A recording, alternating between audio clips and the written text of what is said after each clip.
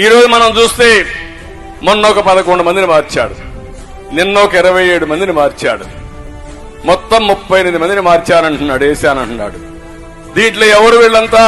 నా బీసీలు, నా ఎస్సీలు, నా ఎస్టీలు, నా మైనారిటీలు అంటాడు. అందరినీ వాళ్లే మార్చేశాడు. కానీ వాళ్ళు ఎవరిని మార్చలేదు. వాళ్ళంతా కూడా మొన్నటి వరకు ఏమంటున్నాడు, నేను పుల్లను పెడితే గెలుస్తారన్నాడు. ఇప్పుడు పుల్లను కాదు, వెళ్ళింది పెట్టి గెలిపించలా? సమాధానం చెప్పండి.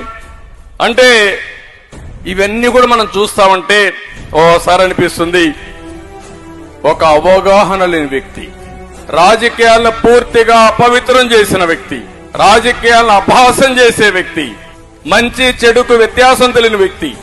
ఇది మంచి ఇది చెడు ఏమీ తెలియదు, ఆయనకు ఒకటే తెలిసింది, ఏది దొరికినా దాన్ని మొత్తం కాజేయడం. బకాసురుడు మారిగా ఉన్నాడు.